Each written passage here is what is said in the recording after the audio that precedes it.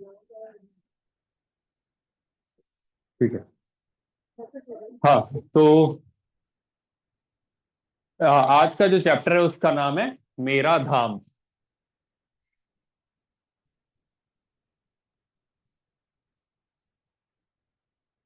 आप लोगों के पास अगर बुक है तो आप लोग अपनी बुक ओपन कर लीजिए, क्योंकि पूरी पोयम मैं यहाँ पे बोर्ड पे नहीं लिख पाऊंगा।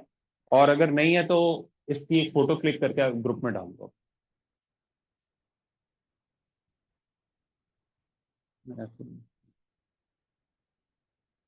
हाँ, चलिए। मैं पहले दो लाइंस यहाँ पे पढ़ रहा हूँ, इसके बाद हम लोग एक बार आपको टोन पता चल जाए फिर साथ में पढ़ेंगे। शुद्धात्म है मेरा नाम, मात्र जानना मेरा काम। मुक्तिपुरी है मेरा धाम, मिलता जहाँ पूर्ण विश्राम। जहाँ भूख का नाम नहीं है, जहाँ प्यास का काम नहीं है। खांसी और जुखाम नहीं है, आदि व्याधि का नाम नहीं है। सत शिव सुंदर मेरा धाम, शुद्धात्म है मेरा नाम। स्वपर भेद वे ज्ञान करेंगे, निज आत्म का ध्यान धरेंगे। राग द्वेष का त्याग करेंगे, चिदानंद रस पान करेंगे। सब सुख दाता मेरा धाम, शुद्धात्म है मेरा नाम। शुद्धात्म है मेरा नाम, मात्र जानना मेरा काम। मुक्तिपुरी है मेरा धाम, मिलता जहाँ पूर्ण विश्राम।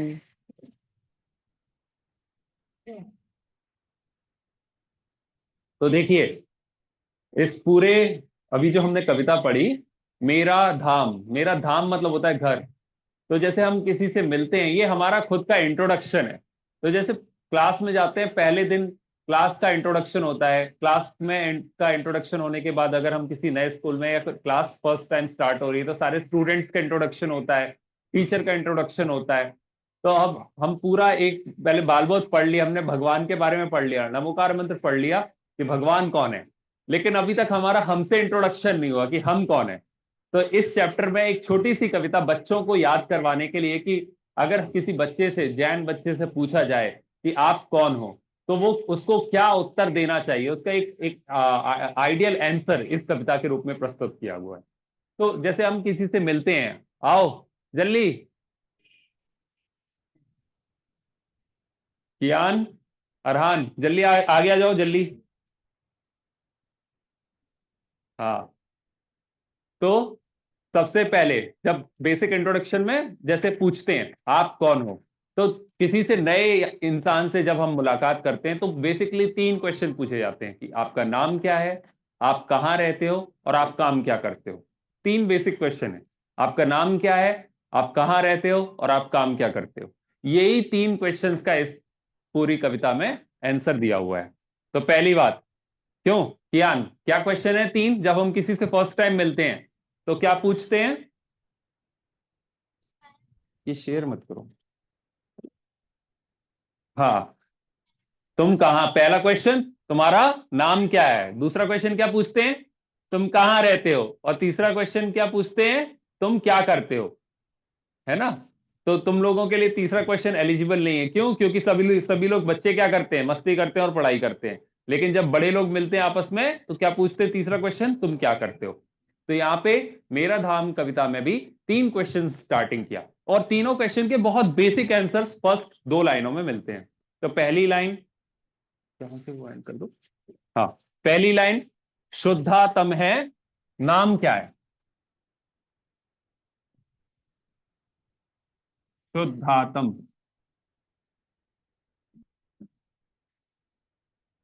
शुद्धातम है मेरा नाम। नाम हो गया मेरा शुद्धातम। क्या नाम है मेरा? बोलो, शुद्धातम है मेरा नाम। बोलो, तुम दोनों बोलो, तुम दोनों के लिए बोल रहा हूं। बोलो, शुद्धातम है मेरा नाम। ऐसे करो, अपने ऊपर हाथ रखो। बोलो, शुद्धातम है मेरा नाम। क्या नाम है? शुद्धातम। शुद्धातम का मतलब क्या? शुद्ध आत्मा। इसका अगर हम संधि विच्छेद कर देंगे तो शुद्ध आत्मा।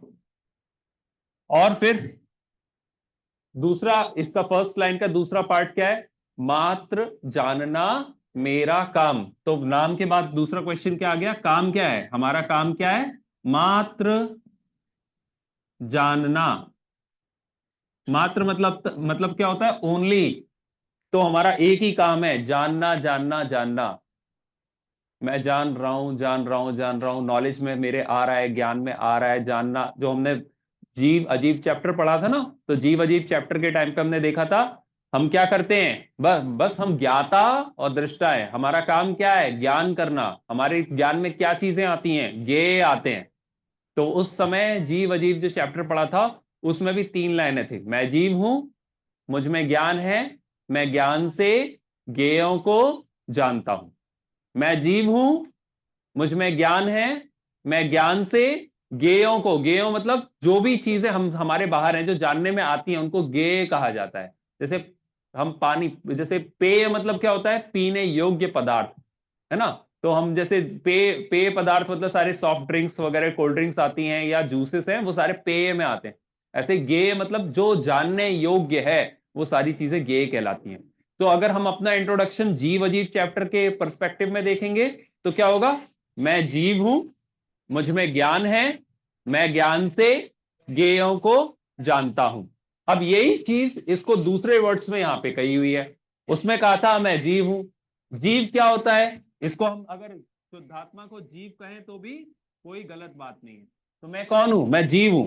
मैं ये तो ये कहें कि मैं जीव हूं या मैं शुद्धात्मा हूं, बात एक ही है। और हमारा काम क्या है? मात्र जानना मेरा काम। ठीक है। तीसरा, तीसरी लाइन, मुक्तिपुरी है मेरा धाम। तीसरा क्वेश्चन क्या हुआ? मेरा धाम क्या है? धाम मतलब हो गया घर। धाम मतलब घर, है ना? बहुत सारे मुक्ति धाम वगैरह इस तरीके के बहुत सारे लोगों के घरों के नाम के आगे भी धाम लिखा रहता है ना? तो मेरा धाम क्या है? मुक्तिपुरी।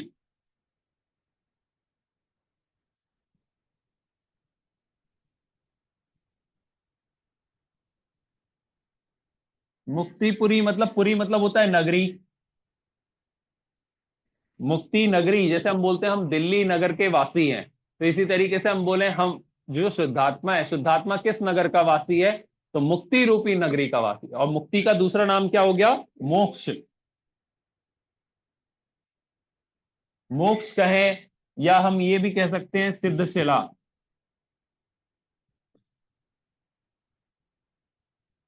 तो हम कहाँ के वासी हो गए?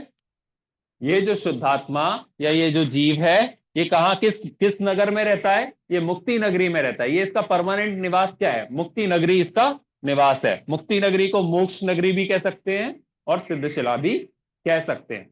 अच्छा, मिलता जहां पूर्ण विश्राम।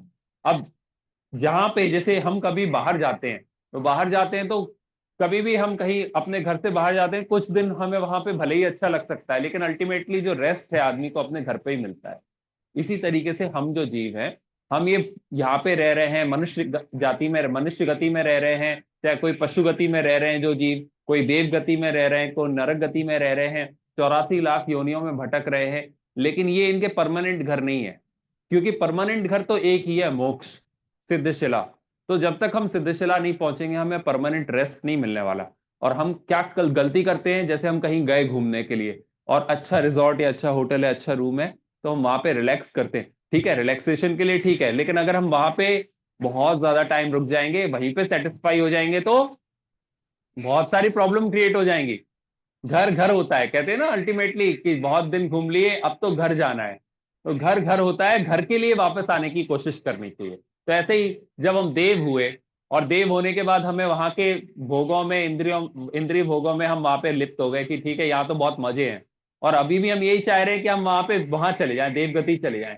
बट हमें ये समझने की क्या जरूरत है कि ये हमारे परमानेंटली घर नहीं हो सकते, देवगति हमारा घर नहीं हो सकता, देव होना हमारा ऑब्जेक्टिव नहीं हो सकता। हाँ, थोड़े दिन के लिए, क्योंकि हम चतुर्गति भ्रमण में हैं, हमारे साथ कर्म बंधे हुए हैं, तो हो सकता है देवगति जाना पड़े, बट देवगति जाना हमारा अल्टीमेट ऑब्जेक्टिव नहीं है ना। देवगति के बाद हमें, हमारा ऑब्जेक्टिव क्या है, हमें मोक्ष जाना है। वो मोक्ष हमारा घर है। और मोक्ष क्या है, मोक्ष कोई, अच्छा, दो चीजें होती हैं। घर, एक इंग्लिश में कहते हैं ना, डिफरेंशिएट करते हैं, होम एंड हाउस। हाउस क्या होता है, क्या डिफरेंस होता है, बहुत कॉमन है ये डिफरेंस, बोलते हैं कि ईंट पत्थरों से तो घर बनता है, मकान बनता है, मकान को घर कैसे बनाया जाता है, उसमें अपनापन जब जुड़ता है तब वो घर बनता है, या घर के लोगों से वो घर बनता है। ऐसे तो ईंट पत्थरों का तो मकान होता है। इसी तरीके से ये जो मोक्ष है, मोक्ष या सिद्धशिला है, ये सिद्धशिला, सिद्धशिला तो एक जगह का नाम है, पर वो जगह तो ईंट पत्थरों के मकान की तरह वो जगह है। लेकिन जब हम, ये जीव उसमें अपनापन स्थापित करता है, मतलब जैसे जब हमने ये मान लिया, ये एक मकान बनाया, और मकान बनाने के बाद हमने, उस मकान तो पहले से था, लेकिन जिस दिन हमने उसकी रजिस्ट्री करवा ली, हमने वो मकान परचेज किया, रजिस्ट्री करवा ली, अब उसमें अपनापन आ गया कि अब ये मेरा घर है। जब वो मेरा घर घर वो मेरा घर में कन्वर्ट हो गया, और वहां पे मेरी पूरी फैमिली का अपनात्व आ गया, मेरी पूरी फैमिली के लोग वहां पे सेटल हो गए, तो वो जो उसमें अपनापन आता है, वो उस मकान को घर में कन्वर्ट करता है। इसी तरीके से ये जो सिद्धशिला है, ये तो एक हाउस है, बना हुआ मकान है, उस मकान को घर में कन्वर्ट करना है तो क्या होना चाहिए, इस जीव का मतलब मेरा, मैं जो शुद्धात्मा हूं, मेरा इस घर में अपनापन होना चाहिए कि ये जो मोक्ष है, यही मेरा घर है। और मोक्ष क्या है, मोक्ष मतलब एक स्टेट है। मोक्ष कोई जगह या डेस्टिनेशन नहीं है, मोक्ष एक स्टेट है। स्टेट कैसी है, मुक्ति, मतलब ये मोक्ष का दूसरा नाम क्या है, मुक्ति। तो मोक्ष कैसी स्टेट है, वो स्टेट है जहां पे मैं सारे के सारे बंधनों से मुक्त हो जाता हूं। बंधन कैसे होते हैं, बंधन दो टाइप के बंधन हमारे जैन दर्शन में कहे। पहला बंधन तो जो आपको बंधन बाहर से दिख रहे हैं, जैसे हम बंधनों में ना, हम कैसे हैं, गृहस्थ हैं, तो घर के अंदर बंधे हुए हैं, तो वो गृहस्थ हैं, तो कैसे बंधन है, ये बाहर से दिखने वाले बंधन है। और ये बंधन क्यों होते हैं, कर्मों के कारण बंधन होते हैं। तो ये सारे कर्मों के कारण हमारे बंधन जो दिख रहे हैं वो। और दूसरा एक बंधन भी है, दूसरा बंधन है हमारा अज्ञान का बंधन, या हमारे विचारों का बंधन। हम अपने, देखो, दो बातें हैं, हम घर में रह रहे हैं, तो घर ने हमें बांध के नहीं रखा, घर हमारा बंधन तो है, घर हमारे पोजेशन तो है, हम कर्मों से बंधे तो हैं, लेकिन कर्मों ने हमें बांधा नहीं है। हमें किसने बांधा है, हमारे अज्ञान ने बांधा है। अज्ञान मतलब हम ये मानते हैं कि ये हमारा बच्चा है, हम ये मानते हैं कि ये हमारे हस्बैंड वाइफ है, ये हमारे पेरेंट्स हैं, हमें इनको छोड़ के नहीं जाना है, इनके पास रहना है। ये हमारी खुद की मेंटेलिटी, हमारा खुद का एटीट्यूड हमें उस घर में बांध के रखता है।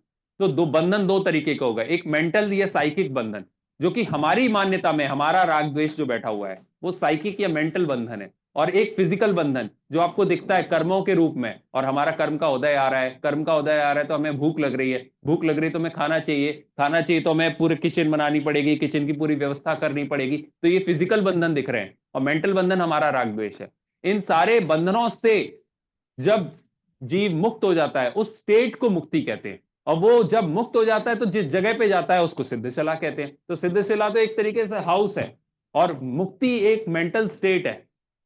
जब ये जीव अपने आप को आइडेंटिफाई करता है कि मैं शुद्ध आत्मा हूं, मैं जीव हूं, और मेरा अपने घर वालों से, या अपने जितने भी मटेरियल पोजीशन है, जैसे घर हो गया, गाड़ी हो गई, है ना, बच्चे, या जितने भी रिलेटिव्स हो गए, फैमिली हो गई, फ्रेंड्स हो गए, ये सारे के सारे बाहर के मटेरियलिस्टिक पोजेशंस मेरे नहीं है, ये पोजेशंस मेरे नहीं है। जब ये माइंड में बैठ गया, पहली चीज, तो धीरे धीरे जो वो उसकी मुक्ति स्टार्ट हो जाएगी, प्रोसेस स्टार्ट हो जाएगी। फिर एक टाइम ऐसा आ जाएगा कि वो घर गृहस्थी भी छूट जाएगी, फ्रेंड्स और फैमिली भी छूट जाएगी, और अल्टीमेटली फिर ये जब बॉडी भी छूट जाएगी, कर्म भी छूट जाएंगे, तो जो स्टेट होगी उसको हम कहेंगे मुक्ति। और जब वो स्टेट होती है तो जहां वो जीव जाके ठहरता है उसको हम कहते हैं सिद्धशिला। तो आपको ये दोनों, थोड़ा सा मैंने माइन्यूट डिफरेंस बताया, मोक्ष या मुक्ति क्या है और ये सिद्धशिला क्या है। Siddhashila is a house, just a house. और मुक्ति या मोक्ष जो है वो होम है। वो कब बनती है? जब हम अपने दो तरीके के बंधनों को, कौन कौन से बंधन बताए? एक मेंटल बंधन, साइकिक या मेंटल बंधन, और एक फिजिकल बंधन। तो फिजिकल बंधन मतलब जो मटेरियलिस्टिक चीजें, आपके फ्रेंड्स, फैमिली और जो भी पोजेशन, मटेरियलिस्टिक पोजेशन जैसे कार, हाउस वगैरह जो आपको दिख रहे हैं, उन वो आपको बांधे हुए हैं। आपका शरीर आपको बांधा हुआ है, ये शरीर भी एक पोजेशन है आपका। तो शरीर ने बांध के रखा, ये कैसा पोजेशन है? बंधन हमने जो क्लासिफाई किए, तो बंधनों के दो प्रकार बताए बंधन में। एक में मटेरियलिस्टिक, मटेरियल बंधन, और एक साइकिक या मेंटल। तो मटेरियल बंधनों में क्या क्या आ जाएंगे आपकी? पहले, सबसे पहले बॉडी। बॉडी आ गई तो बॉडी से रिलेटेड जितने लोग हैं वो सारे के सारे वो बंधनों में आ गए। फिर जो बॉडी के लिए रिक्वायरमेंट है, जैसे फूड एक रिक्वायरमेंट है, जैसे व्हीकल्स या मोबिलिटी एक रिक्वायरमेंट है, क्लोथ्स रिक्वायरमेंट है, रूफ रिक्वायरमेंट है, वो सारी चीजें, वो सारे के सारे कैसे बंधन है? हमारे मटेरियल बंधन है। और मेंटल बंधन क्या है? ये घर है, घर पहले से था, कार शोरूम में खड़ी थी, लेकिन जब तक हमने उसका पेमेंट नहीं किया था तब तक वो कार हमारी नहीं थी। और जैसे ही हमने उसका पेमेंट किया वो हमारी हो गई। जो हमारापन हुआ या उस चीज में राग हुआ, उस चीज से द्वेष हुआ, वो चीज मेंटल बंधन है। तो जब आपको मुक्त होना है तो क्या करना पड़ेगा? इन सारे बंधनों को तोड़ना पड़ेगा, वो मटेरियल बंधन हो चाहे मेंटल बंधन हो। तो मटेरियल और मेंटल बंधन को तोड़ने की प्रोसेस जैन धर्म का पूरा उपदेश है। जैन धर्म क्या सिखाता है? जैन धर्म ये सिखाता है कि आप बंधनों में बंधे हो और इन बंधनों के कारण आप दुखी हो, और आपको अगर सुखी होना है तो इन बंधनों को तोड़ना पड़ेगा। तोड़ना पड़ेगा तो कैसे तोड़ना पड़ेगा? सुसाइड करने से बॉडी छूट जाएगी तो क्या हम मुक्त हो जाएंगे? नहीं, आपके कर्म बंधे हुए हैं। आपको ये शरीर छोड़ोगे दूसरा शरीर मिल जाएगा। इसलिए बंधन को तोड़ने का तरीका सुसाइड नहीं है। बंधन को तोड़ने का तरीका क्या है? सबसे पहले अपने मेंटल बंधन तोड़ो। जिस चीज में अपनापन है, तो पहले मटेरियल बंधन बाद में छूटेंगे, मेंटल बंधन पहले टूटेंगे, मेंटल स्लेवरी पहले खत्म होगी। फॉर एग्जाम्पल, एक एग्जाम्पल से समझते हैं। एक भिखारी है, बहुत बहुत लंबे टाइम से भीख मांग रहा है, पर एक्चुअली उसको, वो भिखारी नहीं था, उसके पापा बहुत रईस थे, करोड़पति थे, और उनने एक अपनी बिल रखी हुई थी, बैंक में थी, और उस भिखारी को इसके बारे में कुछ पता नहीं था। उसने सोचा मेरे पास तो कोई पैसा नहीं है, उसने भीख मांगना शुरू कर दी। अब वो भीख मांग रहा है, किसी ने उसको, कोई अच्छा सज्जन आदमी था जिसको उसके बारे में पता था, किसी ने उसको आके बोल दिया कि भाई तुम भिखारी नहीं हो, अपने आप को भिखारी मत समझो, तुम तो करोड़पति हो, तुम्हारे पापा तुम्हारे लिए बहुत बड़ी बिल छोड़ के गए थे, और वो बैंक में डिपॉजिटेड है, आप जाके अपना पैसा वहां से कलेक्ट कर सकते हो। ये नॉलेज भिखारी को आ गई, और भिखारी को उस चीज का विश्वास आ गया। अब वो विश्वास आने के बाद भी वो मांग रहा है अभी भी भीख, वो अभी भी बोल रहा है कि मेरे को भीख दो, लेकिन अंदर अंदर में जो वो सोच थी कि मैं भिखारी हूं, मैं भीख मांग के ही अपना गुजारा चला सकता हूं, मेरे तो और कुछ भी, मेरे पास एक रुपया भी नहीं है, वो मेंटेलिटी टूट गई। अब जब मेंटेलिटी टूट गई, अब वो भिखारी भिखारी रहेगा क्या? बहुत लंबे टाइम तक नहीं रहेगा, कुछ टाइम लगेगा। क्यों? क्योंकि अभी तो वो गंदी हालत में है, गंदे फटे कपड़ों में है।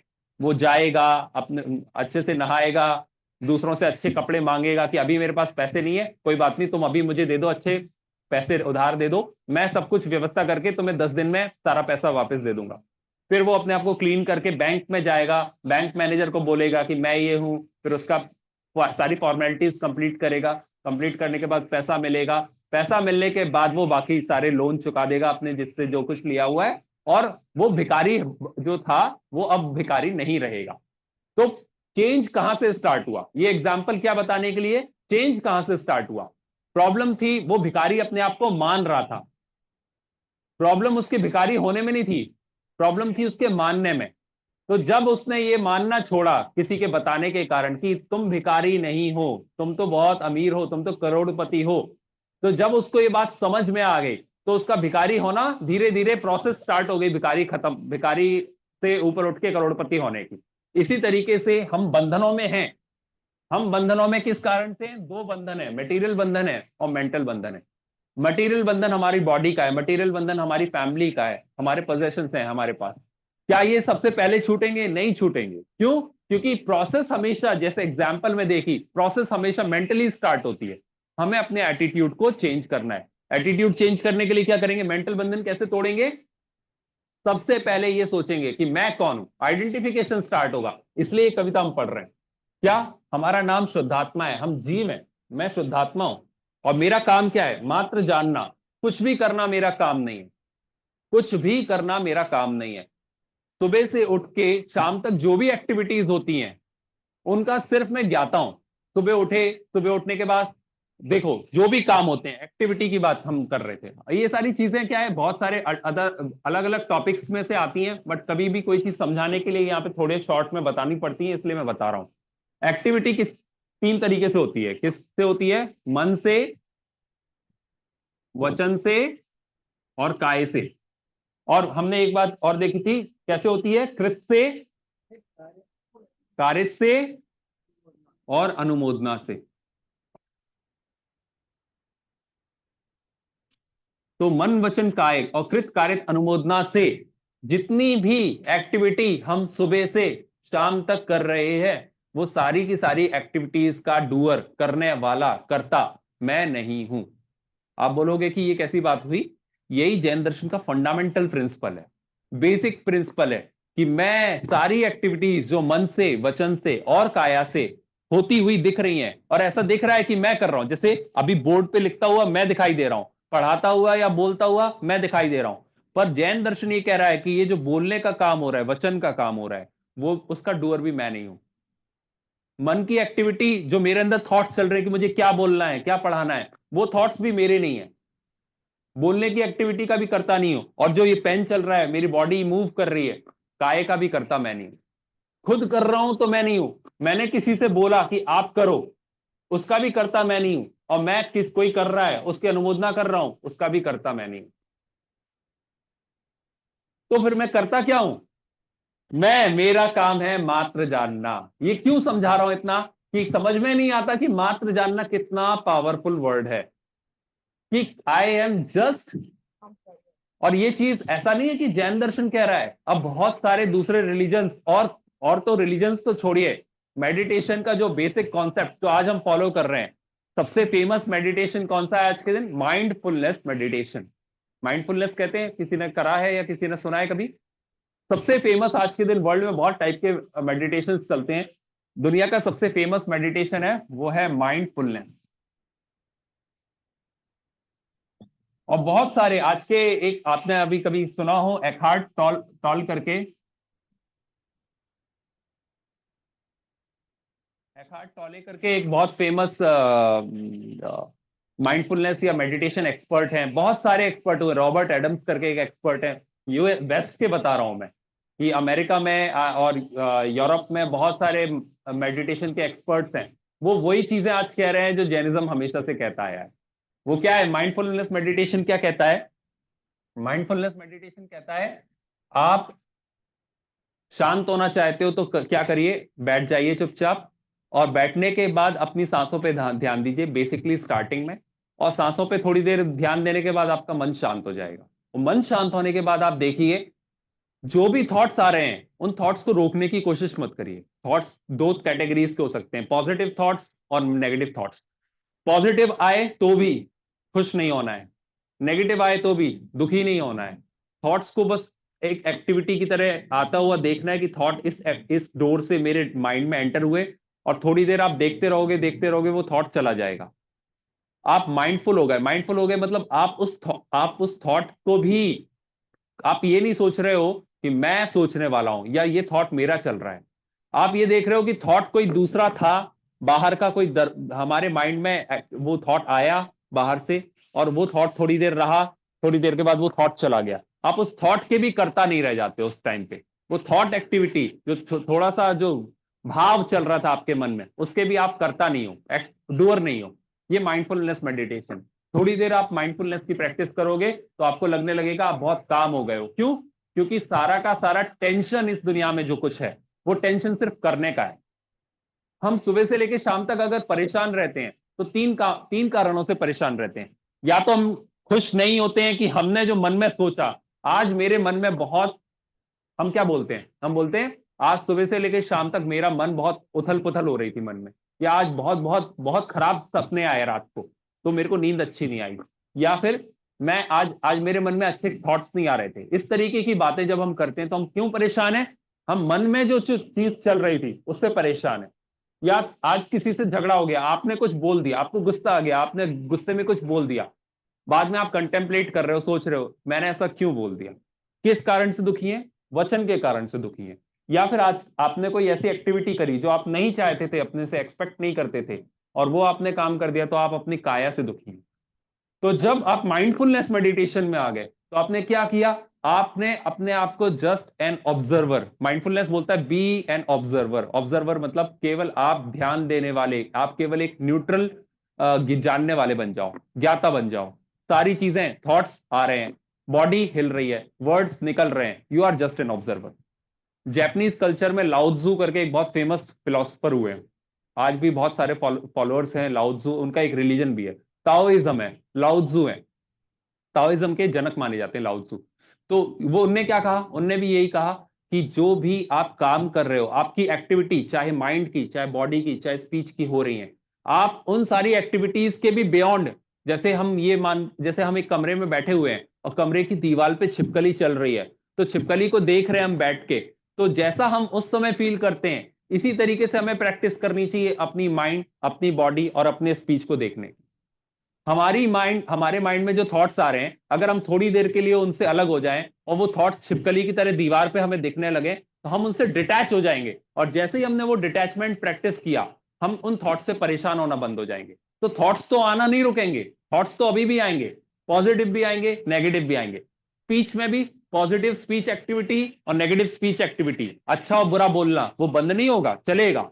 और बॉडी में भी एक्टिविटीज ऑफ बॉडी, जैसे आप बीमार हो गए तो आप नहीं चाहते थे कि बॉडी में आपकी बीमारी आए, पर बीमारी आएगी, बाद में भी आएगी, अभी भी आती है, पर बाद में माइंडफुलनेस प्रैक्टिस करने के बाद क्या होगा? आप उस बॉडी की एक्टिविटी को, अपनी बीमारी को अपने से अलग देखना स्टार्ट कर दोगे, तो आपको लगेगा ये शरीर बीमार है, और ये शरीर क्योंकि काया का पार्ट है और काया मैं हूं नहीं, और शरीर में जो भी एक्टिविटी होती है उसका कर्ता भी मैं नहीं हूं, मतलब अगर मैं बीमार पड़ा हूं तो उसमें भी मेरा कोई रोल नहीं है। ये जो बातें हैं ना, ये बहुत फंडामेंटल और डेप्थ में मैं जाके इसलिए बता रहा हूं क्योंकि यहीं से हमारा सुख शुरू होगा। ये this is a total shift in our mentality. क्यों? क्योंकि हमारा बंधन का बेसिक रीजन क्या है? मेंटल डिस्टर्बेंसेस या मेंटल थॉट प्रोसेस, हमारा एटीट्यूड गलत है। उस एटीट्यूड को सुधारने की कोशिश करनी है। तो एटीट्यूड को कैसे सुधारें? जब हम ये समझेंगे कि हमारा मन वचन काया नहीं है, हम कृत से, कार्य से, अनुमोदना से कोई काम नहीं करते, हम एक ही काम करते हैं, हम जानते हैं, तो सारा का सारा जो बर्डन है, टेंशन है करने का, गलत करने का, सही करने का प्रेशर है कि मुझे ऐसा सोचना चाहिए, मुझे ऐसा बोलना चाहिए, मुझे ऐसा काम करना चाहिए, मुझे रोज सुबह उठ के प्रक्षाल करना चाहिए, मुझे मंदिर आना चाहिए, मुझे क्लास करना चाहिए, मैंने तो आज तक कुछ किया ही नहीं है, जो सेल्फ ब्लेमिंग स्टार्ट होती है, जिसके कारण हम दुखी होते हैं, हमें उससे अपने आप को डिटैच करना सीखना है। हमें ये देखना है कि मैं तो शुद्धात्मा हूं, मैं तो हमेशा से शुद्ध ही हूं। शुद्ध का मतलब क्या है? पहले से, जैसे हमने बोला प्योरिटी क्या होती है, जैसे हम दूध लेके आए तो उस पर लिखा रहता है ना शुद्ध है ये, इट्स इट्स प्योर मिल्क। तो प्योरिटी कैसे चेक करते हैं? उसके बहुत सारे वो इंस्ट्रूमेंट्स आते हैं जिसमें आप दूध में डाल के देखोगे तो उसका फैट परसेंटेज क्या है, प्रोटीन क्या है, उसको पूरा समझ में आता है, वो सर्टिफाई कर देते हैं कि इट्स प्योर मिल्क। इसी तरीके से हमारे भगवान ने बता के रखा है, सर्टिफाई करके रखा है, तुम अशुद्ध नहीं हो, तुम आत्मा हो, तुम जीव हो और तुम शुद्ध हो। तुम परेशान इसलिए हो कि तुमने अपने आप को अशुद्ध मान रखा है। अशुद्ध कैसे मान रखा है? मैं तो बहुत गंदे थॉट्स सोचता हूं, मेरे दिमाग में तो इतने गंदे थॉट्स आते हैं जैसे किसी के में नहीं आते होंगे, और अपने सेल्फ ब्लेमिंग में हम अपने आप को परेशान करके रखते हैं। भगवान कह रहे हैं परेशान मत हो, तुम शुद्धात्मा हो। शुद्धात्मा हो मतलब तुम कुछ गलत सोच ही नहीं सकते हो। क्यों नहीं सोच सकते हो? क्योंकि सोचना तुम्हारा काम नहीं है। सोचना मेरा काम क्यों नहीं है? सोचना मन का काम है, और मन मेरा नहीं है। तुम बोल नहीं सकते हो, क्यों? क्योंकि बोलना वचन का काम है, तुम वचन नहीं हो। तुम कुछ गलत कर नहीं सकते हो, क्योंकि गलत करना, बॉडी की एक्टिविटी काया का काम है, और तुम काया नहीं हो। तो तुम कौन हो? जब तुम मन नहीं हो, तुम वचन नहीं हो, और तुम काया नहीं हो, तो तुम रह क्या गए? तुम केवल एक इनविजिबल ऐसी एंटिटी रह गए जिसका सिर्फ एक काम रह गया, बीइंग एन ऑब्जर्वर। ज्ञान, तुम केवल ज्ञान हो, तुम केवल ज्ञायक हो, एक ऐसी एंटिटी हो तुम। जीव, जीव क्या है? एक ऐसी एंटिटी है जो कि इनविजिबल है, जो कि किसी सेंसेस से दिखाई नहीं देती है, और जो केवल एक काम करती है, जानना जानना जानना जानना। तो जहां पे मैं हूं, जहां पे मैं जीव बैठा हूं, मैं शरीर में बैठा हूं, तो शरीर के अंदर की सारी एक्टिविटीज को मैं जान रहा हूं। मेरे अंदर थॉट्स आ रहे हैं, मैं उन थॉट्स को जान रहा हूं। मैं जो बोल रहा हूं, मेरे ज्ञान में वो बोलना भी आ रहा है। मैं जो कर रहा हूं, मेरे ज्ञान में वो करना भी आ रहा है। मेरे ज्ञान में आप क्या, आप कहां, जहां पे मेरा उपयोग है वहां पे मेरे, आप क्या सोच रहे हो, वो तो मेरे ज्ञान के बियॉन्ड है। क्यों? क्योंकि मेरा ज्ञान अभी अधूरा है। लेकिन जैसे सर्वज्ञ भगवान है, सर्वज्ञ भगवान पूरे जीव, जैसे जीव होता है वैसा पूरा प्रकट हो गया। तो सर्वज्ञ भगवान जैसे अनंत भगवान है, वो आपके मन में क्या चल रहा है वो भी जान रहे हैं। आप क्या बोल रहे हो वो भी जान रहे हैं। आप क्या कर रहे हो वो भी जान रहे हैं। तो क्या कर रहे हैं? ना वो सोच रहे हैं, ना वो बोल रहे हैं, और ना वो कर रहे हैं, लेकिन वो एक काम कर रहे हैं। वो एक एक्टिविटी क्या है उनकी? वो जान रहे हैं। जो कुछ भी मन से, वचन से, काय से एक्टिविटीज हो रही हैं, मुझ में हो रही हैं, अन्य जीवों में हो रही हैं, जीवों के अलावा अन्य पदार्थों में, अन्य सब्सटेंसेस में, जैसे पुद्गल में, इन सब चीजों में। जैसे गाड़ी चल रही है, गाड़ी तो जीव नहीं है, लेकिन गाड़ी का भी काया है, बॉडी है, गाड़ी की भी एक बॉडी है ना। तो वो काया जो है, उसके हलन चलन का भी ज्ञान किसको हो रहा है? जानने, जीव को हो रहा है। तो जो जीव खुद अपने आप को शुद्धात्मा मानता है, वो एक दिन क्या हो जाता है? मुक्त हो जाता है। और जो मुक्त हो जाता है, उस वो जीव अपने पूरे के पूरे गुणों को प्राप्त कर लेता है। जैसे एग्जाम्पल में बोला, भिखारी था, तो भिखारी है तो उसकी जेब में पैसा नहीं है, लेकिन उसके बैंक अकाउंट में पैसा डला था। वो नॉमिनी था उसका, उसको पता नहीं था। जैसे ही पता चला, वहां पे बैंक में गया, तो वो पैसा उसके हाथ में आ गया। तो डिफरेंस क्या है? पैसा तो पहले भी था, पैसा बाद में भी है। डिफरेंस केवल ये आया कि पहले पॉकेट में पैसा नहीं था, आज पॉकेट में पैसा आ गया। इसी तरीके से हम जीव हैं, हम शुद्धात्मा हैं। तो हम में और अरिहंत भगवान में, या हम में और सिद्ध भगवान में क्या डिफरेंस है? हम अपने आप को भिखारी मान के बैठे हैं, और वो अपने आप को करोड़पति मान के बैठे हैं। क्यों? क्योंकि हमें पता नहीं है कि हमारी प्रॉपर्टी कितनी है। हम नॉमिनी है, हम करोड़पति हैं, हमें पता नहीं है। उन्हें पता था, उन्हें पता था, तो वो बैंक चले गए, बैंक से उन्हें अपना डिपॉजिट निकाल लिया, तो उनकी पॉकेट्स भरी हुई हैं, और हमारी अभी पॉकेट्स खाली हैं। तो हमें क्या करना है? हमें समझना है कि हमें और अरिहंत भगवान जो जीव हैं, इन जीवों में कोई डिफरेंस नहीं है, कोई डिफरेंस नहीं है। जो निगोद में सो ही, मुझ में सो ही मुक्ति मझार। मतलब अंतर भेद कछु नहीं, भेद गिने संसार। मतलब जो निगोद में जीव हैं, छोटे छोटे जो जीव जो आपको दिखाई भी नहीं देते हैं, वो मैं और अरिहंत सिद्ध भगवान, इनमें कोई डिफरेंस नहीं, सबके सब जीव हैं। लेकिन क्या डिफरेंस है? अंतर्भेद कछु नहीं, सब सभी जीव हैं, और सब में इनफाइनाइट नॉलेज है। सब केवल जान रहे हैं, जान रहे हैं, जान रहे हैं, जान रहे हैं। डिफरेंस कहां आ जा रहा है? कि हम ये जानते नहीं कि हम सिर्फ जान रहे हैं, और अनंत भगवान ये जानते हैं कि वो केवल जान रहे हैं। हम जब जानते नहीं कि हम केवल जान रहे हैं, we are just the observer, we are just the knower, तो हम क्या करते हैं? हम मन वचन काया के कर्ता बनने की कोशिश करते हैं। वी बिकम डूअर, कि मैं तो ये करता हूं, मैं वो करता हूं, मैं ऐसा सोचता हूं, मैं ऐसा बोलता हूं, मैं ऐसा बोलूंगा।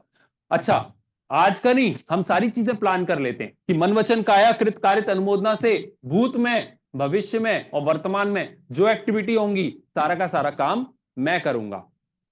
तो इतना सारा बर्डन लेके चलते हैं अपने सर पे, और जो बर्डन लेते हैं, और क्या होता है? काम आपके हिसाब से होता नहीं है, काम अपने इंडिपेंडेंस से होता है। जैसा हमने सोचा वैसा हुआ नहीं, जैसा हमने बोला वैसा हुआ नहीं, जैसा हमने करने की कोशिश की वैसा हुआ नहीं।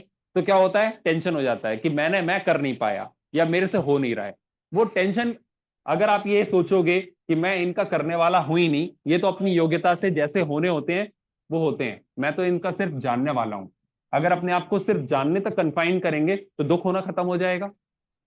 जब मैं केवल जान ही रहा हूं, तो इनका मन से, वचन से, काया से, नेगेटिव या पॉजिटिव जो भी काम होना होगा, उसका मैं करता नहीं हूं, मैं सिर्फ जानने वाला हूं। तो सारा जानने से टेंशन, इसलिए माइंडफुलनेस मेडिटेशन से मन शांत हो जाता है। वो और कोई नहीं, कॉन्सेप्ट यही है जो जैनिज्म कहता है। ये है कि आपको सिर्फ ऑब्जर्वर बन के रहना है अपनी डे, सुबह से लेके उठकर। और मेडिटेशन कहते हैं कि meditation is not a 15-20 minute और 1 hour activity that you are doing. Meditation is a 24 hour task that you undergo. आप 24 घंटे में, वो मेडिटेशन एक मेंटल स्टेट है।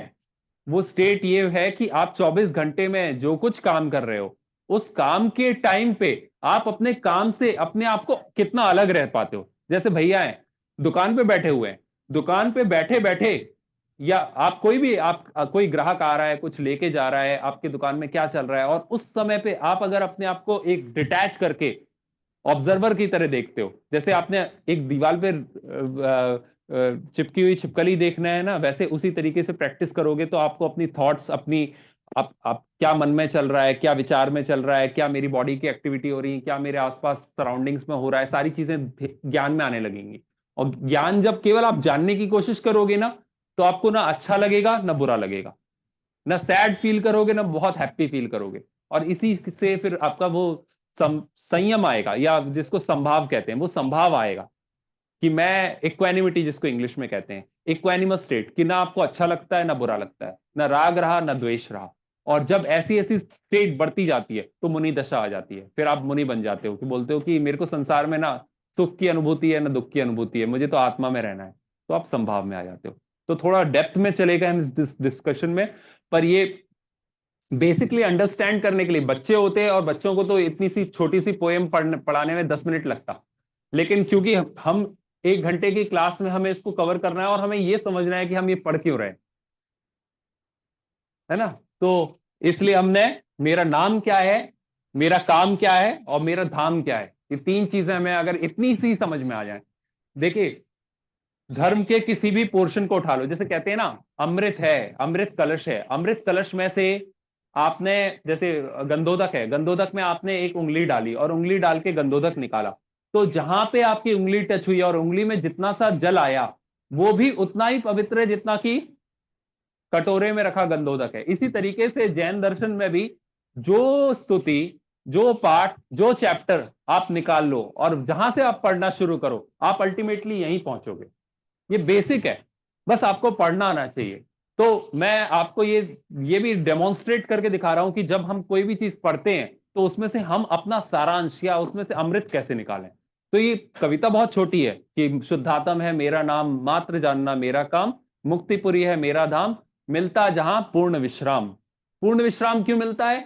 रीजन मैंने आपको दिया कि जब मैंने अपने आप को शुद्धात्मा मान लिया और मैं सिर्फ जान रहा हूं, सिर्फ जान रहा हूं, कुछ नहीं कर रहा हूं।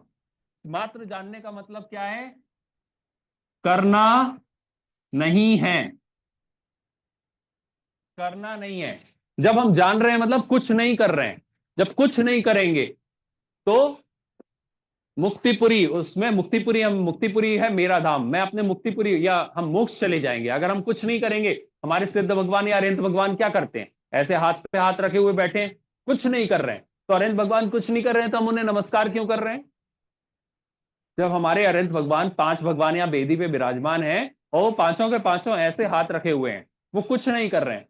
तो जब वो कुछ नहीं कर रहे हैं तो हम उन्हें नमस्कार क्यों कर रहे हैं? क्योंकि दुनिया का सबसे बड़ा काम है जानना, और हमारा काम सिर्फ है जानना। वो पांचों भगवान सिर्फ जान रहे हैं, हाथ पे हाथ रखे हैं, कुछ नहीं कर रहे हैं, ना मन का कुछ कर रहे हैं, ना वचन का कुछ कर रहे हैं, ना काया का कुछ कर रहे हैं। जो कुछ इस दुनिया में हो रहा है उसको सिर्फ जान रहे हैं, और जानने के कारण वो पूज्य हो गए हैं, वो मुक्त हो गए हैं। तो हमें उनको फॉलो करना है, तो हमें भी कुछ नहीं करना है, करना कुछ नहीं है, सिर्फ जानना है। और जब हम ये करेंगे तो अल्टीमेट डेस्टिनेशन हमारा क्या है? मुक्तिपुरी, हम वहां पहुंच जाएंगे। मिलता जहां पूर्ण विश्राम, उनको पूर्ण विश्राम मिल गया, हाथ रखे हुए हैं। देखो आज धूप है, सर्दियों में धूप में बैठना कितना अच्छा लगता है, और कुछ ना करना हो, कोई ऑफिस की टेंशन ना हो, खाना बनाने की टेंशन ना हो, तो कितना अच्छा लगता है। तो अल्टीमेटली जब हम अपने एक्सपीरियंसेस से भी देखेंगे ना, तो हमें ये समझ में आएगा कि जब कुछ नहीं करना होता, मेंटली भी आप फ्री होते हो, बॉडीली एक्टिविटीज में भी आप फ्री होते हो, है ना। कोई टेंशन नहीं है, कोई इनकम टैक्स की कोई ऑफिशियल टेंशन नहीं है, कोई बच्चों की टेंशन नहीं है, कोई फैमिली फंक्शन में जाने की टेंशन नहीं है, कहीं घूमने का प्लान बनाने की टेंशन नहीं है। हर टेंशन से अगर आप दूर हो तो आपको बहुत पीस अंदर में फील होगा। हम सब लोगों ने ऐसा पीस फील किया होगा, है ना। तो वो पीस तब है जब हमें कुछ नहीं करना है। तो अल्टीमेटली हम अपने एक्सपीरियंस से भी देखेंगे, तो जितना नहीं करने की तरफ जाएंगे उतना उतना हैप्पीनेस हमारी लाइफ में बढ़ती जाएगी। और नहीं करना कैसे पॉसिबल है, क्योंकि हम गृहस्थ हैं और गृहस्थ में इतनी सारी रिस्पॉन्सिबिलिटीज होती हैं, तो आप कैसे नहीं करो, आपको तो करना ही पड़ेगा ना। अब प्रॉब्लम है, डिलेमा है हमारे सामने कि करना तो है लेकिन नहीं भी करना, तो क्या करें। तो हमें अपना एटीट्यूड बदलना है। एटीट्यूड कैसे बदलना है, हमें यह समझना है कि हम एक्चुअली करते कुछ नहीं है, होता है, होते हुए को हम जानते हैं और हमें ऐसा फील होता है कि हम कर रहे हैं। जब जीव अजीब का चैप्टर पढ़ा था तो मैंने ज्ञान के बारे में बताया था कि आंखों के सामने से दिख रहा है, वो ज्ञान में आ रहा है, और हम क्योंकि डिफ्रेंशिएट नहीं कर पा रहे हैं कि ये आंखें देख रही हैं, तो हमें लगता है आंखें देख रही हैं। हाँ मुझसे नाम पूछे थे। हाँ, नाम पूछे थे ना बेटा, याद हो गए पूरे, सुनेंगे हम अभी, है ना, क्लास के बाद। तो ऐसा डाउट हो जाता है कि हम कुछ कर रहे हैं। इसी तरीके से हमारी एग्जिस्टिंग लाइफ में हमारी जो रिस्पॉन्सिबिलिटीज फैमिली के प्रति हैं, बच्चों के प्रति हैं, माँ बाप के प्रति हैं, वो सारी रिस्पॉन्सिबिलिटीज अपने आप हो रही हैं। लेकिन अब आपको बहुत अंदर से ऐसा लगेगा कि ये बात कैसी होगी, हम नहीं करेंगे तो कौन करेगा। लेकिन एक्चुअली हम करने वाले हैं ही नहीं। आपके कर्म के उदय से वो सारी सारी निमित्त नैमित्तिक संबंध ऐसे बनते हैं कि सारी एक्टिविटीज अपने आप हो रही हैं। वो सारी एक्टिविटीज को अगर हम डूअरशिप का अपने ऊपर बोझा ना लें, करने का बोझा ना लें, और होते हुए जाने, जैसे खाना खाते समय हम खाना, मैं खाना खा रहा हूं ये मानने की जगह ये खाना अंदर जा रहा है, ऐसा ऑब्जर्व करें, तो फील होगा कि हाँ, एक्टिविटी नहीं बदल रही है, बस एक्टिविटी के बारे में हमारी थॉट, हमारा जो सोचना है वो बदल रहा है, तो टेंशन अपने आप कम हो जाएगी, है ना। तो हमें एक्टिविटीज को नहीं रोकना है, हमें पहले बता दिया, हमें अपने मेंटल एटीट्यूड को रोकना है, हमें मटेरियल चीजों को छोड़ना नहीं है कि हमने ये छोड़ दिया, हमने वो छोड़ दिया। छूटेगा, छोड़ना है, अल्टीमेटली छूटेगा, लेकिन जानबूझ के पहले मटेरियल चीजों को छोड़ेंगे तो प्रॉब्लम क्रिएट होगी। जैसे गरीब है तो पहले उसका मेंटल एटीट्यूड चेंज होगा तब वो अमीर बनेगा। इसी तरीके से हमारा पहले मेंटल एटीट्यूड करने के प्रति चेंज होगा, उसके बाद हमारे काम छूटेंगे, अपने आप छूटते जाएंगे, हम प्रतिमाधारी बन जाएंगे, फिर हम मुनि बन जाएंगे, और मुनि बनने के बाद मोक्ष चले जाएंगे। That will be the process. ठीक है। वो आ रहा है, लाइट आ रही है।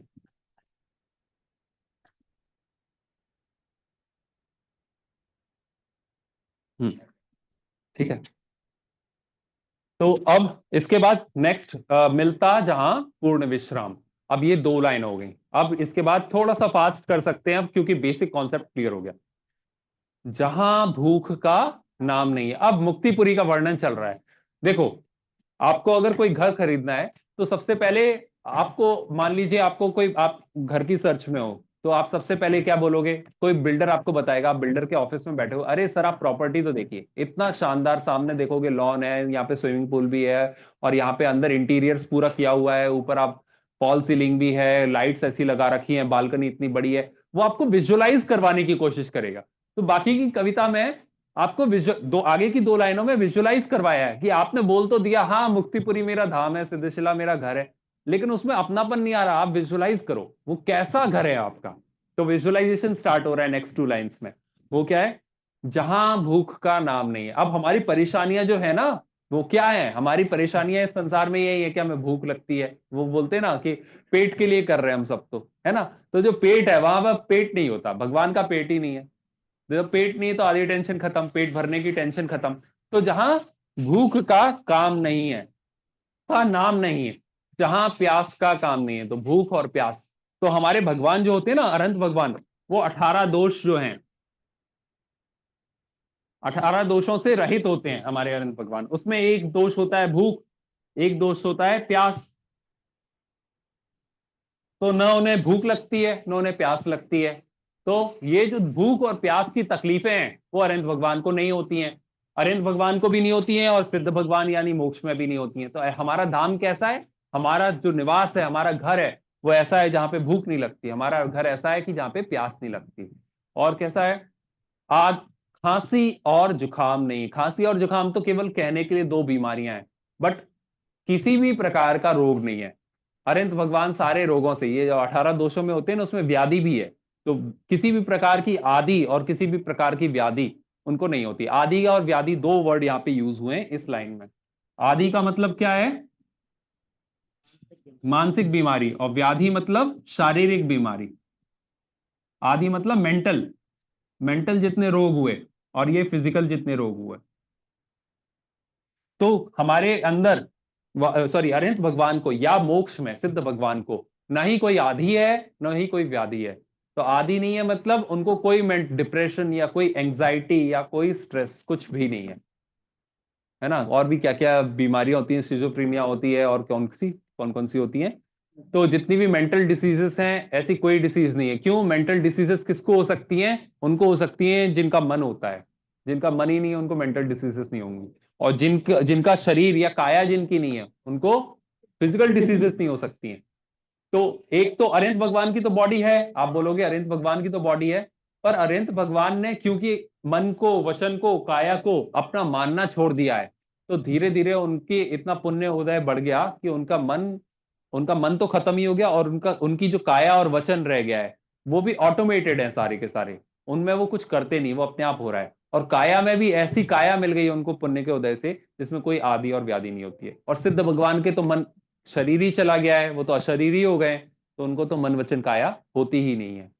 तो हमें, हमारी अल्टीमेट डेस्टिनेशन क्या है? जो सिद्धशिला, जो हमारा अल्टीमेट डेस्टिनेशन है या हमारा घर है, वो कैसा है? वो मन से, वचन से, काया से रहित है, और इसलिए वो आदि से भी रहित है और वो व्याधि से भी रहित है। मतलब टोटल काम आपने अपनी लाइफ में कुछ टाइम के लिए जितना पीसफुलनेस कभी अगर फील करी हो, कभी आप नेचर में बैठे हो बिना टेंशन के, कोई टेंशन नहीं है, उससे अनंत गुनी जो खुशी होती है, जो हैप्पीनेस होती है, वो उस फेज की बात हम कर रहे हैं। तो आप रिलेट कर सकते हो, जब आप सबसे ज्यादा खुश रहे हो तो कितने खुश रहते हो, और उससे भी अनंत गुना खुशी वहां पे होती है। तो इतना मेंटल टेंशन आपका कम हो जाता है।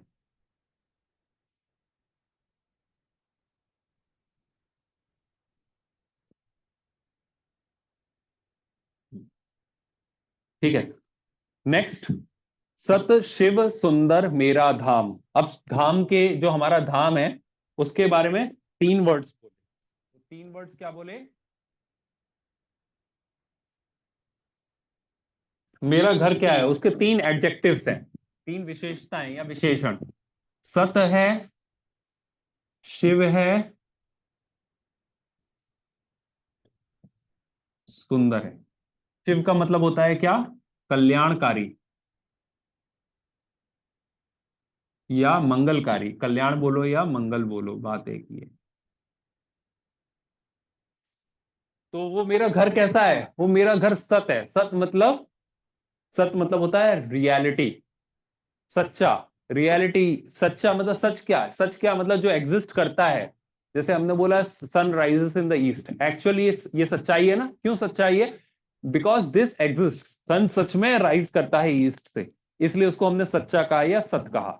इसी तरीके से मैंने बोला मैं आत्मा हूं, तो मैं आत्मा हूं क्यों? ये रियलिटी है, सच्ची सच्ची बात है, सत है। सत क्यों है? क्योंकि एक्चुअली में ये इमेजिनरी नहीं है, ये वर्चुअल नहीं है। जैसे हम बोलते हैं ना, this is a virtual world, this is real world. ये सोशल मीडिया एप्स क्या है, फेसबुक है वगैरह, ये क्या है? फेसबुक पे जो फ्रेंड्स होते हैं बोलते हैं these are virtual friends. Virtual friends क्यों है? क्योंकि सच सच में दोस्त नहीं है, ये रियलिटी में दोस्त नहीं है। ये सिर्फ आपको दोस्त दिखाई दे रहे हैं। फ्रेंड्स में आपका 1000, 2000, 3000 फ्रेंड्स हो सकते हैं, बट एक्चुअली वो फ्रेंड्स नहीं है। तो these are called virtual friends. लेकिन यहां पे जो हम बात कर रहे हैं, रियलिटी में जो है, सच्चाई में जो है, उसकी बात कर रहे हैं। और ये धाम जो आप, जिसका डिस्कशन चल रहा है, ये कैसा धाम है? ये सच्चाई में सत है, एग्जिस्टिंग है। इसलिए ये मत सोचो ये कोरी कल्पना है। मोक्ष किसने देखा, स्वर्ग किसने देखा? अरे एक बार आप प्योरिफिकेशन की प्रोसेस देखिए, इसके लॉजिकल बहुत, जब हम आप्तमीमांसा वगैरह ग्रंथ में देखते हैं, उसमें एग्जिस्टेंस प्रूव किया कि आप कैसे प्रूव करोगे, कैसे प्रूव करोगे कि ये मुक्ति या जो धाम, जिस घर की बात कर रहे हैं, मोक्ष है। तो मोक्ष के एग्जिस्टेंस को प्रूव किया। कैसे प्रूव किया? एक मिनट में आपको बता रहा हूं। जैसे कि कोई एक क्लास में बहुत सारे बच्चे हैं, 100 मार्क्स का पेपर आया। अब कोई बच्चा 30 लाया, कोई 35 लाया, कोई 40, 45, कोई बच्चा 95 लाया। तो जब बच्चों के मार्क्स देखे जाएंगे और अलग अलग तरीके के बच्चों के देखे जाएंगे, तो उससे सबको, ये टीचर को और बाकी सारे सब स्टाफ को, पेरेंट्स को, सबको ये ट्रस्ट आता है कि अगर कोई बच्चा 95 लाता, तो इसका मतलब ये भी है कि और बच्चा मेहनत कर कर 100 भी ला सकता था। इसी तरीके से हम इस संसार में देखते हैं, जितने जीव हैं, किसी की नॉलेज कुछ है, किसी की नॉलेज कुछ है, किसी की विशुद्धि कुछ है। तो किसी की बहुत कम हो सकती है, किसी की उससे ज्यादा हो सकती है, किसी की उससे ज्यादा हो सकती है। तो हमें ये मानना पड़ेगा कि अल्टीमेटली, मान लीजिए हमारी नॉलेज, मान लीजिए हम एक किताब का ज्ञान रखते हैं, कोई हमारे ये बात हमने पहले भी करी है, मुनिराज हैं तो उनको 100 किताबों का ज्ञान है। तो ऐसा भी कोई इस संसार में होना चाहिए जिसको सारे, सर्वज्ञता का की स्थापना कैसे होती है कि जिसको पूरे संसार का ज्ञान हो। तो प्रोग्रेसिव मैनर में अगर हम देखेंगे तो पूरे संसार का ज्ञान वाले को हम सर्वज्ञ कहेंगे। इसी तरीके से मोक्ष, कि हमें थोड़ा सा, किसी को थोड़ा सुख है, किसी को और ज्यादा सुख है, कोई ऐसा भी होना चाहिए जिसको पूर्ण सुख हो, तो उससे सुख की सिद्धि होती है और मोक्ष की सिद्धि होती है। तो सिद्धि होने का मतलब है इट एग्जिस्ट, एक्चुअली वो सत्य है। सत्य मतलब रियलिटी। इससे प्रूव हो जाता है कि एक्चुअली जो ये मेरा धाम या घर है या मोक्ष है, वो मोक्ष कोई वर्चुअल या इमेजिनरी स्टेट नहीं है, मोक्ष एक्चुअली रियल स्टेट है। हाँ, इसके बाद, क्लास के बाद है ना। फिर शिव, शिव मतलब कल्याणकारी। क्यों कल्याणकारी है? क्योंकि इस मोक्ष में कोई टेंशन नहीं है, हमने सारे मेंटल, सारे बंधन तोड़ दिए। बंधन का मतलब, बंधन कहो या दुख कहो, एक ही बात है, बंधन ही दुख का कारण होता है। तो बंधन सारे तोड़ दिए, चाहे मेटीरियल बंधन हो चाहे मेंटल बंधन हो, तो क्या हो गए? मुक्त हो गए। मुक्त हो गए मतलब सारे मटेरियल टेंशन से, एंग्जाइटी से, सब चीजों से मुक्त हो गए हो। तो यहाँ पे कैसे हो गए? पूर्ण सुखी हो गए हो। तो शिव कहो या कल्याण कहो, मंगल कहो या सुख कहो, बात एक ही है। तो हम शिव को, वो जो मोक्ष कैसा है, मेरा घर शिव जैसा है। शिव मतलब कल्याणकारी है, जो उस मोक्ष में रहने लग जाता है उसका कल्याण हो जाता है। कल्याण आजकल गलत सेंस में यूज करने लगे, कल्याण हो गया मतलब खराब हो गया, पहले कल्याण का मतलब होता था पॉजिटिव सेंस में। सुख हो गया तो उसको वो कृत्य हो गया, उसको अब कुछ करने जैसा नहीं रहा, वो बहुत अपने मजे में है। तीसरी चीज सुंदर। जो भी हम जिस घर में रहते हैं, जिसमें हमारा अपनापन होता है, वो घर अपने आप ऑटोमेटिकली सुंदर हो जाता है। आपको अपना घर सबसे सुंदर लगता है। इसी तरीके से जब हम अपने घर, मुक्ति को अपना घर मानने लग जाएंगे, चलो, जब हम मुक्ति को अपना घर मानने लग जाएंगे, तो वो मुक्ति घर, जो मुक्ति धाम है, वो कैसा हो जाएगा? वो सुंदर हो जाएगा। तो हम, मेरा घर कैसा है?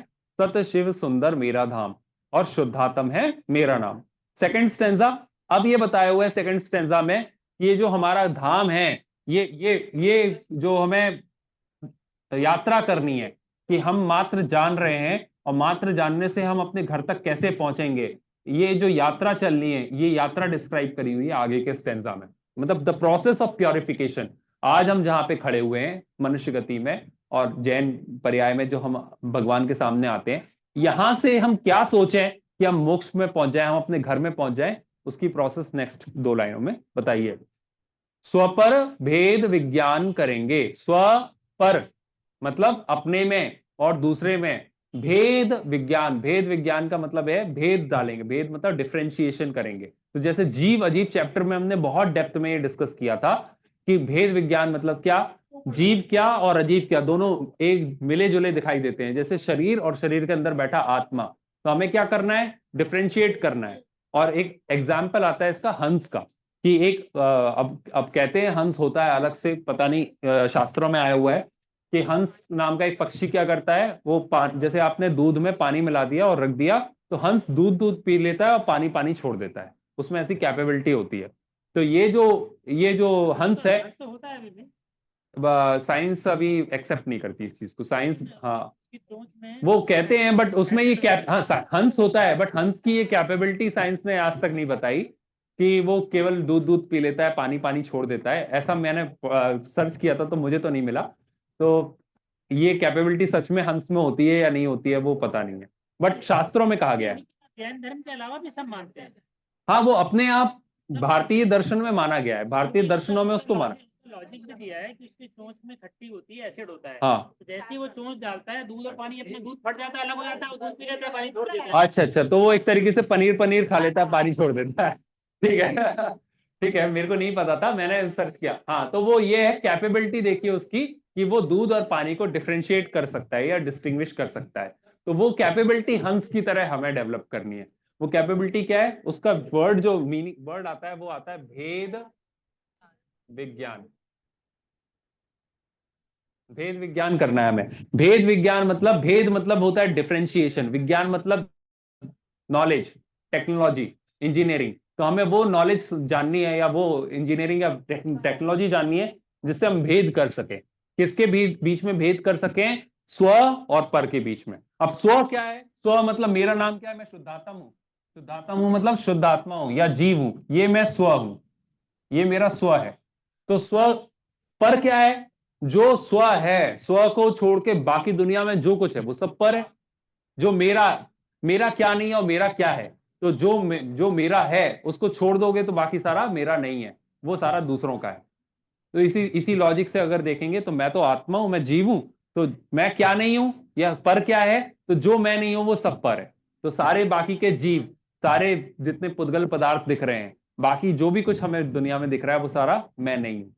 तो ये जो नॉलेज है, ये डिफरेंशिएशन है, इसको करना है, इसको भेद विज्ञान करना है कि डिफरेंशिएट करो। जैसे हंस दूध को और पानी को अलग अलग कर देता है, इसी तरीके से हमें अपने ज्ञान द्वारा, हमें अपने इंटेलेक्ट द्वारा या जानने द्वारा क्या करना है? जीव को और अजीव को, या जीव को और बाकी जो भी जीव नहीं है मेरे अलावा जो कुछ है उसको अलग अलग करना है। तो स्वपर भेद विज्ञान करेंगे, निज आत्म का ध्यान धरेंगे, राग द्वेष का त्याग करेंगे, चिदानंद रस पान करेंगे। तो चार चीजें करेंगे। स्वपर भेद विज्ञान करेंगे मतलब डिफरेंशिएट करेंगे, हम केवल जानने में रहेंगे, अपने आप को सिर्फ जीव मानेंगे, जीव के अलावा कुछ नहीं मानेंगे, जानने के अलावा कुछ करने का नहीं विकल्प करेंगे, ये हो गया भेद विज्ञान। दूसरा काम क्या करेंगे? निज आत्म का ध्यान धरेंगे, मैं जीव हूं। तो हर समय 24 घंटे हमें यही सोचना है कि मैं ये जीव हूं, ये बाकी सारी जो चीज मैं जीव हूं, मुझ में ज्ञान है और मैं ज्ञान से जानना देखना कर रहा हूं। बाकी क्या हो रहा है? बाकी जो कुछ हो रहा है मन में, वचन में, काया में और बाहर दुनिया में बाकी सारे जीवों के साथ, वो मेरा काम नहीं है। ये जो डिफरेंशिएशन है इसी को क्या कहा? निज आत्म का ध्यान धरना। ध्यान का मतलब बैठ के ध्यान करने को ध्यान नहीं कहते। जैन दर्शन में ध्यान या मेडिटेशन की डेफिनेशन आई, वो डेफिनेशन है ज्ञान की निरंतरता को ध्यान कहते हैं। तो जैसे आपको एक थॉट आया, वो थॉट, ध्यान मतलब क्या? और ध्यान के चार टाइप का है, ये सारा जब तत्वार्थ सूत्र पढ़ेंगे तो उसमें आता है। तो ध्यान के चार टाइप हैं, आर्त, रौद्र और धर्म ध्यान और शुक्ल ध्यान। तो ध्यान मतलब क्या? आप एक थॉट आया आपके दिमाग में कि यार ये सुबह से एक थॉट है कि मुझे ये करना है, वो थॉट एक बार आया और चला गया, तो वो हो गया ज्ञान। मेरे को अब नॉलेज में आया कि ये चीज करनी है और वो थॉट वापस चला गया, और वो थॉट दिमाग में जम के रह गया, लगातार लगातार वही थॉट चल रहा है, वही थॉट चल रहा है। तो मतलब एक थॉट आया और बार बार वही थॉट, बार बार वही थॉट, बार बार वही थॉट, 1 घंटे तक वही थॉट चलता रहा, तो थॉट की कंटिन्यूएशन को हम ध्यान कहते हैं। ठीक है ना? तो निज आत्म का ध्यान धरेंगे का मतलब क्या हो गया? कि मैं जीव हूं, कि मैं जीव हूं, यही थॉट आपका पूरे 24 घंटे जब तक आप जाग रहे हो, उठने से लेके सोने तक यही चलता रहे कि मैं जीव हूं, मेरा काम जानना है, बाकी मेरा कुछ नहीं है। ये शरीर मेरा नहीं है, ये बोलने का काम मेरा नहीं है, सोचने का काम मेरा नहीं है। ऐसा जब थॉट एक्टिविटी बार बार चलती रहेगी तो वो निज आत्म का ध्यान हो जाएगा। तीसरा, राग द्वेष का त्याग करेंगे। अब राग द्वेष का त्याग कैसे करना है? छोड़ना नहीं है, मेंटल चीजों का आप पहले डिस्पोज, आपको छोड़नी है। तो मेंटली कैसे आप सही होगे? राग द्वेष का त्याग कैसे करोगे? जब मन से, वचन से, काया से जो कुछ एक्टिविटी हो रही है वो आपकी है ही नहीं, तो अपने आप राग द्वेष का त्याग हो जाएगा। एग्जाम्पल क्या है? फॉर एग्जाम्पल, मैंने ये माना था कि ये मेरा घर है, ठीक है, तो उसमें आग लग जाएगी तो मुझे दुख होगा, उसमें कुछ अच्छा हो रहा होगा तो मुझे खुशी होगी। पर जब दूसरा पड़ोसी का घर है या कोई दूसरी बिल्डिंग है, जैसे फॉर एग्जांपल कोई गाजा में क्या हो रहा है या सीरिया में क्या हो रहा है, उनसे हमें फर्क क्यों नहीं पड़ता? क्योंकि उनमें मेरा अपनापन नहीं है। तो राग राग और द्वेष कब होते हैं? जब हमारा अपनापन होता है। राग द्वेष होना अपने आप खत्म हो जाते हैं जब हमारा अपनापन उस चीज में खत्म होता है। तो जब मन में, वचन में और काया में और इनकी सारी एक्टिविटीज में अपनापन खत्म हो जाएगा। क्यों? क्योंकि हमने अपनापन सिर्फ जानने में जोड़ लिया है कि मैं तो सिर्फ जान रहा हूं और मेरा नाम सिर्फ जीव है या मैं शुद्धात्मा हूं, इसके अलावा ना मेरा कुछ है ना मैं कुछ करता हूं। तो बाकी सारी एक्टिविटीज में जो कुछ हो रहा है वो सारा पराया हो जाएगा। वो गाजा और सीरिया में जैसे लोगों को हम इग्नोर करते हैं, उसी तरीके से हम इन सब चीजों को भी इग्नोर करने लग जाएंगे। तो इसी से राग और द्वेष दोनों चीजें बंद हो जाएंगी। तो राग द्वेष अलग से बंद नहीं किया जाता। हम सोचते हैं हम गुस्सा नहीं करेंगे, आप कभी भी गुस्से को ऐसे नहीं रोक सकते। क्यों? क्योंकि गुस्सा द्वेष का एक प्रकार है। गुस्सा क्यों होता है? गुस्सा एक्सपेक्टेशंस के कारण होता है। एक्सपेक्टेशन क्यों होती है? एक्सपेक्टेशन इसलिए होती है क्योंकि हमें लगता है कि ऐसा ये करेगा तो मुझे खुशी होगी। तो जब हमारा ये थॉट टूट जाएगा, हमारी एक्सपेक्टेशंस खत्म हो जाएंगी, तो अपने आप उससे उस वो वैसा करे तो अच्छी बात है, नहीं करे तो अच्छी बात है, हमें गुस्सा आना बंद हो जाएगा। तो हम अल्टीमेटली क्या करते हैं, हम कॉज को, बेस रूट कॉज को नहीं पकड़ते, हम केवल पत्तों को तोड़ने की कोशिश करते हैं। ठीक है ना। तो रूट कॉज क्या है? रूट कॉज ये है कि हम मन से, वचन से, काया से जो कुछ एक्टिविटी हो रही है उसको अपना मान रहे हैं। अगर इस रूट कॉज को खत्म कर देंगे तो राग द्वेष अपने आप खत्म हो जाएगा। लास्ट है चिदानंद रस पान करेंगे। चाहे हम बोलें शुद्धात्म का ध्यान धरेंगे या बोलें चिदानंद रस पान करेंगे, दोनों एक ही मतलब है। चिदानंद का मतलब क्या है? चित्त। चित्त मतलब चैतन्य स्वरूप। चैतन्य स्वरूप क्या? जब हमने जीव चैप्टर पढ़ा था तो जीव अजीव में बताया था चेतना जीव का एक पर्यायवाची है। जीव कहो या चेतना कहो या आत्मा कहो, तीन पर्यायवाची उस दिन बताए थे। तो चेतना या चित आनंद, चेतना का आनंद। और ये भी बताया था कि जब ज्ञान चलता है तो ज्ञान के साथ साथ सुख उससे इंडिफरेंट तरीके से, सिक्के के दो पहलू, हेड्स और टेल्स की तरह चलते हैं। जहां जहां ज्ञान है वहां वहां सुख है। तो इसी तरीके से जब हम आत्मा में जाएंगे, मतलब जब हम जीव रहेंगे या हम जानते रहेंगे, तो जानने के साथ साथ में सुख अपने आप आता है। तो चिदानंद रस पान करेंगे। तो जब हम अपने आप को चेतना मानेंगे, जब हम अपने आप को जीव मानेंगे, तो उसके साथ जो आनंद आएगा उसका हम पान करते रहेंगे। तो ये स्टेट कब होती है? ये मुक्तिपुरी में होती है या मोक्ष में होती है। ये तो मोक्ष में होगी, तो हम अभी क्या करें? नहीं, प्रोसेस अभी शुरू होगी। प्रोसेस तो अभी शुरू होगी, है ना। तो थोड़ा थोड़ा राग द्वेष अभी छूट जाएगा, थोड़ा थोड़ा आत्मा का ज्ञान भी अभी हो जाएगा, थोड़ा थोड़ा भेद विज्ञान भी अभी हो जाएगा। धीरे धीरे जैसे हम प्रैक्टिस करते जाएंगे तो मोक्ष में ये सारी चीजें कंप्लीट हो जाएंगी। सब सुख दाता मेरा धाम, शुद्धात्म है मेरा नाम। सब प्रकार के दुनिया में जितना सुख है, सारा सुख मेरा एक धाम, मैं अपने घर पहुंच जाऊं, उसमें जितना सुख है बाकी कहीं नहीं मिलेगा। तो मेरे को बस एक कोशिश करनी है कि मैं अपने धाम पहुंच जाऊं, मोक्ष पहुंच जाऊं। उसका पूरा प्रयास करने में अपनी लाइफ को लगाना है, और वहां पहुंच गए तो सारा का सारा सुख मिल जाएगा। यही इस चैप्टर को, ये बस केवल 8 लाइनों का की जो छोटी सी पोयम थी वो हमने कंप्लीट करी।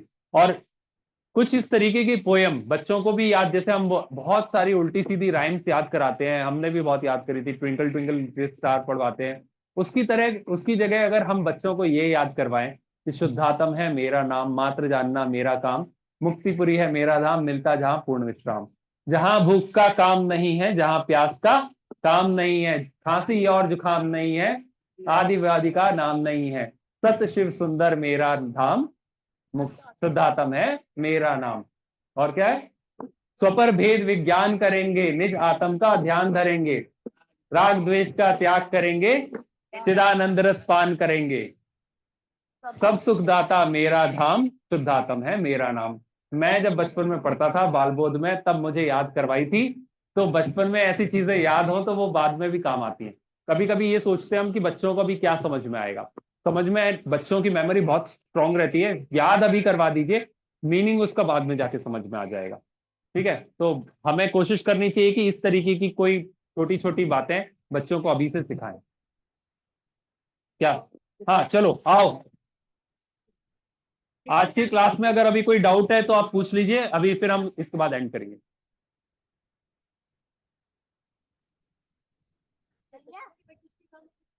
अच्छा, क्वेश्चन ये है कि जब मन से, वचन से और काया से जो कुछ एक्टिविटीज हो रही हैं, अगर हम नहीं करते हैं तो कौन करता है? पहला क्वेश्चन ये। और अगर हम नहीं करते हैं तो इसका पाप भी हमें नहीं लगना चाहिए, तो नरक में हम क्यों जाएंगे? अगर मान लीजिए हम जो भी पाप कर रहे हैं, 5 पाप होते हैं ना, हिंसा, झूठ, चोरी, कुशील, परिग्रह, वो 5 पाप करो। वो 5 पाप तो हम एक्टिविटीज कैसे कर रहे हैं? मन से, वचन से, काया से, और उसके कारण हम नरक जा रहे हैं। तो वो नरक भी हम, तो ये जो चैप्टर है ना, ये बहुत ज्यादा डेप्थ का चैप्टर है। कैसे? ये चैप्टर ये कहता है कि अगर आप नरक में भी बैठे हो तो नरक में भी आप कौन हो? जीव हो। और नरक में भी आप क्या कर रहे हो? मात्र जान रहे हो। मतलब, हाँ, मतलब ये है कि भिखारी की स्टेट में भी अगर आप हो तो आप अपने आप को करोड़पति मानो, आप दुख में भी हो तो अपने आप को सुखी मानो। तो ये बहुत इंट्रिंसिक टाइप का चैप्टर है। इसका मतलब ये मत निकालना आपको, देखो, बाहर की व्यवस्था या कर्मों की व्यवस्था, कर्मों, इस चैप्टर में हमने कर्मों का डिस्कशन नहीं किया। कर्म अपना काम करेंगे। अगर आप मन से, वचन से या काया से आपकी एक्टिविटीज खराब होंगी, कृत से, कारित से, अनुमोदना से आप कोई भी पाप करेंगे, तो उन पापों के कारण क्या होगा? कर्मों का बंध होगा। और कर्मों का बंध होगा तो क्या होगा? 84 लाख योनियों में भ्रमण होगा, आप नरक भी जाएंगे। ये चीज तो कर्मों की व्यवस्था है। और हमने इस चैप्टर में ये नहीं बोला कि आप नरक नहीं जाएंगे, हमने आपको ये बोला कि ये जो मन वचन काया कृत कारित अनुमोदना से जो पाप हो रहे हैं, इनसे इनको अपने से भिन्न जानो, इनको इनका कर्ता मत बनो, इनके मात्र ज्ञाता बनो। जब आप ज्ञाता बनने लग जाओगे तो क्या होगा? ये सारे के सारे पाप अपने आप कम होने लग जाएंगे। जैसे मैंने बोला कि जैसे आप मेंटल चीजों को, मेंटल एटीट्यूड को चेंज करोगे तो मटेरियल चीजें अपने आप चेंज होने लग जाएंगी। तो हम अपनी मेंटल एटीट्यूड को चेंज करने की कोशिश कर रहे हैं, और मटेरियल चीजों में कर्म भी आते हैं, तो ये कर्म अपने आप चेंज होने लग जाएंगे। कर्म धीरे धीरे बाद में चेंज होंगे, पहले आप अपने आप मेंटल एटीट्यूड को चेंज करो। तो जब आप इनके कर्ता खुद नहीं बनोगे तो बाहर की एक्टिविटीज, पाप वगैरह धीरे धीरे कम होंगे तो कर्म कम बंधेंगे तो 84 लाख योनियों का और नरक का बंध नहीं होगा। बट इससे स्वच्छंदता ग्रहण नहीं करना कि कर्म नहीं बनते, कर्म बंधते हैं। आप जो मन से, वचन से, काया से एक्टिविटीज हो रही हैं, अच्छा, दो बातें होती हैं, करना और होना। बेसिक डिफरेंस आप समझिए। करना मतलब मैं कुछ करूंगा तो होगा, और होना मतलब नेचुरली हो रहा है, बस मैं जान रहा हूं। तो मन वचन काया की सारी एक्टिविटीज हो रही हैं, हम नहीं कर रहे हैं, ये मानना है। बेसिकली डिफरेंस यहां पे आ रहा है कि हम होने में हम मना नहीं कर रहे हैं, हो तो रही है। मन से भी आप थॉट एक्टिविटी तो हो ही रही है, बोल भी आप कुछ रही हो, वचन और काया से भी कुछ हो रहा है। लेकिन आप अगर उसके कर्ता नहीं बनोगे तो वो एक्टिविटीज होती जाएंगी और आप तब भी शांत रह पाओगे। और जैसे जैसे शांत रह पाओगे तो आपके कर्म कम बंधेंगे तो आपको कुगतियों का गमन नहीं होगा। तो अल्टीमेटली धीरे धीरे आप अगर मेंटल चीजों को सुधारेंगे, मेंटल बंधनों को तोड़ेंगे, तो आपको मटेरियल बंधन या कर्म के बंधन धीरे धीरे कम होंगे। बट ऐसा नहीं है कि आप पाप करो और आपको कोई फल ना भुगतना पड़े। तो ऐसी स्वच्छंदता इस क्लास से उल्टी लेके नहीं जाना था, मैं तो कुछ करता ही नहीं, तो मैं आलू प्याज रात को रोज खाऊंगा, आलू प्याज खाऊंगा, कुछ तो होने जाने वाला नहीं है। तो हाँ, तो नहीं, तो उस समय फिर मैं आपको लॉजिक यही दूंगा कि ठीक है, आप जानने वाले हो ना, तो नरक जाओगे तो भी जानने वाले ही रहोगे। तो नरक तो जाओगे, डेफिनेटली जाओगे, लेकिन वहां पे भी जानने वाले ही रहोगे। इसमें क्या होता है, हम पार्शलिटी करते हैं। हाँ, क्या करते हैं, आलू प्याज खा रहे हैं, मैं थोड़ी खा रहा हूँ, चीज खा रहा है। अंकल को डाउट है, अंकल को डाउट है। मैं थोड़ी चलिए, ऑनलाइन किसी को अगर डाउट है तो पूछ सकते हैं, अदरवाइज 2 मिनट में हम इस क्लास को एंड करेंगे। हाँ, क्वेश्चन नंबर। इनसे पूछ लो कोई। हाँ सब सुख दाता मेरा धाम।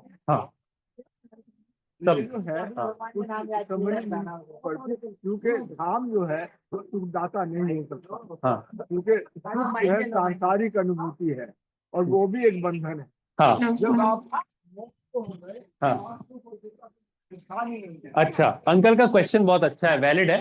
अंकल ये बोल रहे हैं लास्ट लाइन जो है, सुखदाता, सब सुखदाता मेरा धाम। बच्चों को 1 मिनट 2 मिनट एक क्वेश्चन। अच्छा अच्छा, पहले तुम बोल दो, फिर अंकल डाउट क्लियर करता हूँ, पहले बोल। या अभिनंदन का बंधन, बोल अजय प्रभु का कम्बल, तू पारसनाथ का साथिया बोल, चंद्र पप्पू का चंद्रमा, पुष्पदंत का मगर बोल, शीतनाथ का कल्पवृक्ष, श्रेयांशनाथ का घेरा बोल, बासकोट का भैंसा, विमलनाथ का सुअर बोल, अनंतनाथ का शेर, शांतनाथ का हिरण बोल, जगन्नाथ का ब्रजदल, नमीनाथ का नीलकमल बोलो, नेमिनाथ का शंख, पारसनाथ का सातिया बोल, चंद्र प्रभु का चंद्रमा। नहीं, पार्श्वनाथ के बाद शांतिनाथ, कुंजुनाथ। मावी स्वामी का शेर। चलो, वेरी गुड, बहुत बढ़िया, तालियां। छोटे भाई ने कर लिया, बड़ा भाई नहीं करके आया। नेक्स्ट क्लास में अब पीछे नहीं रहना, केवल गिफ्ट उसको मिलेगी, अरहान को मिलेगी अब, है ना। हाँ, नेक्स्ट क्लास में गिफ्ट अरहान को मिलेगी और कियान सुनाएगा तब मिलेगी। क्या बोल रहे हो? यही बोला था मैं। क्या बोल रहे थे? मैं नेक्स्ट क्लास में सुनाऊंगा। पक्का सुनाओगे? प्रॉमिस कर रहे हो? चलो, प्रॉमिस किया है कि हान्ने की नेक्स्ट क्लास में सुनाएगा, ठीक है ना? तुमसे सुनेंगे। वेरी गुड, बहुत बढ़िया। बहुत बढ़िया।